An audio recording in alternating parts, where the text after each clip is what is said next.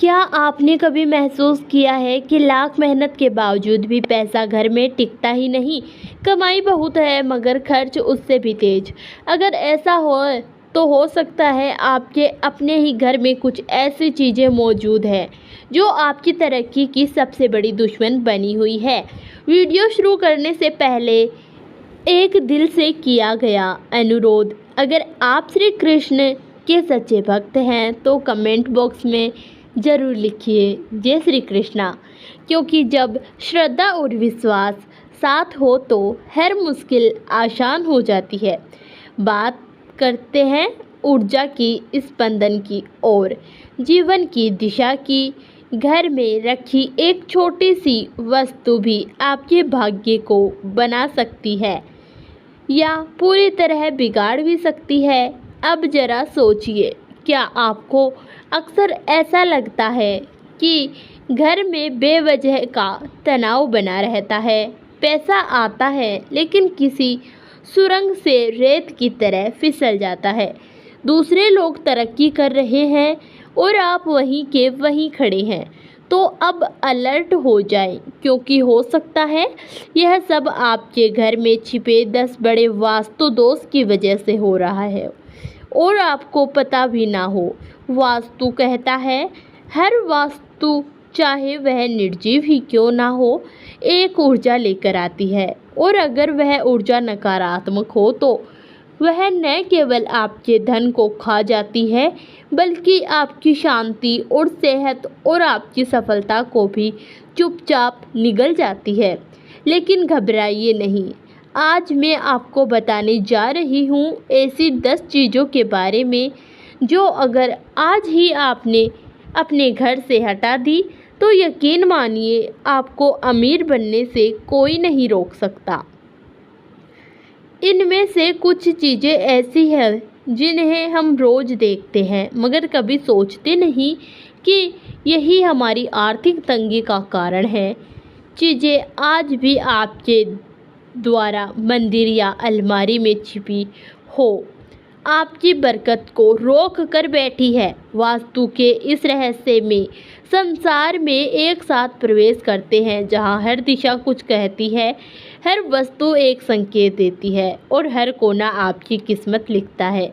लेकिन उससे पहले अगर आप हमारे चैनल पर पहली बार आए हैं तो सब्सक्राइब ज़रूर करें ताकि आपके जीवन में कभी भी ऐसी गलतियां दोहराई ना जाएं। और अगर यह वीडियो आपको उपयोगी लगे तो शेयर ज़रूर करें, क्योंकि किसी और की ज़िंदगी भी एक सकारात्मक मोड़ ले सकती है आपकी वजह से। अब चलिए जानते हैं वह 10 चीज़ें जो घर से बाहर निकालनी है। शांति और सुख खुद चलकर आपके दरवाजे पर आएंगे। नंबर 1 दोस्तों, अब बात करते हैं उस गलती की जो लोग अक्सर हम जाने अनजाने में करते हैं और जिसका असर सीधे उनके भाग्य, शांति और स्मृति पर पड़ता है। वह गलती है देवी देवताओं की खंडित मूर्तियां या फटी तस्वीरों को घर में संभाल कर रखना।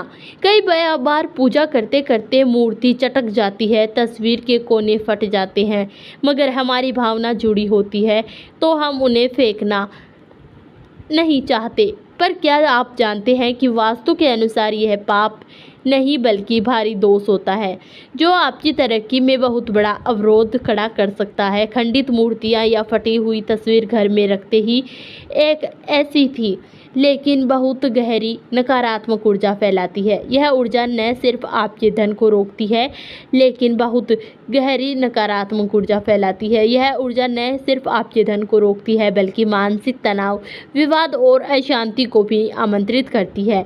इसलिए मेरी आपसे प्रार्थना है, ऐसी पवित्र वस्तुएं अगर खंडित पुरानी हो जाए तो उन्हें किसी पवित्र नदी में प्रवाहित करें या फिर मंदिर में जाकर विदाई दें, लेकिन उन्हें घर में बिल्कुल भी ना रखें। और एक और चीज़, आजकल बहुत से लोग भगवान के ऐसे चित्र लगाते हैं जो परंपरागत नहीं होते, जैसे चिलम पीते शिव जी या अत्यधिक विकराल भैरव। ऐसे चित्र चाहे वह काल के रूप में ही क्यों ना हो, लेकिन घर की ऊर्जा पर भारी प्रभावित करते हैं, एक भावना का संचार करता है और विक्रांत या क्रोध की छवियां घर में स्वामित्व और धन लक्ष्मी को दूर कर देती है। ध्यान रखें, देवता जब घर में है तो उनका स्थान, उनकी संख्या और उनका स्वरूप सब कुछ वास्तु के अनुसार संतुलित होना चाहिए।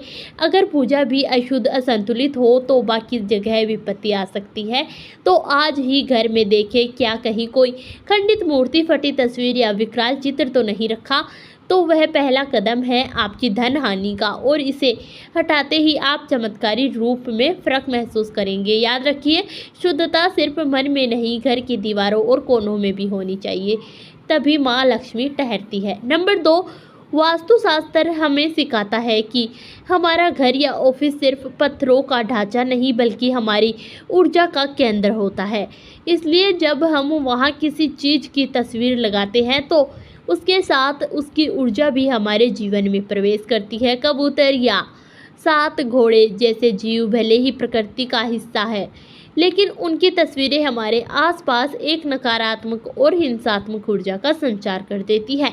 ऐसे चित्र हमारे मन और माहौल में शांति और तनाव बढ़ा सकते हैं। अपने आशियाने को शांति, प्रेम और सकारात्मक ऊर्जा से भरने के लिए ऐसे चित्रों से बचना ही बुद्धिमानी है। किसी से गिफ्ट के तौर पर रुमाल लेना या किसी को रुमाल उसे करना आपके लिए घाटे का सौदा हो सकता है। वास्तुशास्त्र में किसी से फ्री में रुमाल लेने के लिए मना किया गया है। ऐसा करने से आपका संबंधित व्यक्ति से झगड़ा हो जाता है और रिश्ते में खटास आ सकती है। नंबर 3, अगर आपको बस रखने का शौक है तो यह केवल फैशन या ज़रूरत भर नहीं है, या आपकी ऊर्जा और सौभाग्य से भी जुड़ा होता है। वास्तुशास्त्र कहता है कि वर्ष या तिजोरी में फिर पैसे नहीं बल्कि ऊर्जा का प्रवाह भी होता है। इसलिए इसमें कुछ पवित्र और धार्मिक वस्तुएं जरूर रखें, जैसे चांदी की देवी देवताओं की छोटी तस्वीर या कोई शुभ चिन्ह जो आपके जीवन में सकारात्मक और समृद्धि का संचार करे। हम फटी हुई तिजोरी या टूटा हुआ फर्श न सिर्फ आपके धन को रोकता है बल्कि उसमें बरकत भी नहीं दिखती।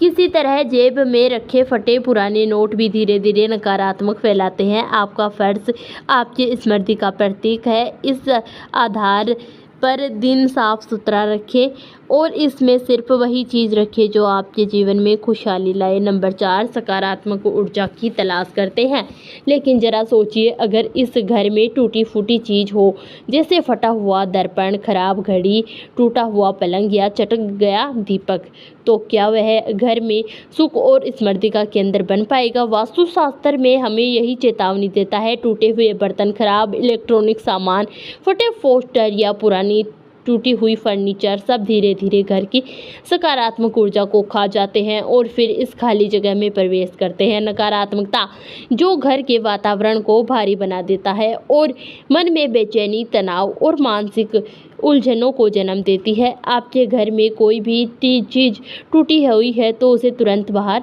कर दे, दिल से अलविदा कह दे, क्योंकि यह सिर्फ बेकार नहीं, यह आपकी खुशियों में रुकावट बन जाती है। आपका घर आपका मंदिर है और नई रोशनी को अपने जीवन में आमंत्रित कीजिए।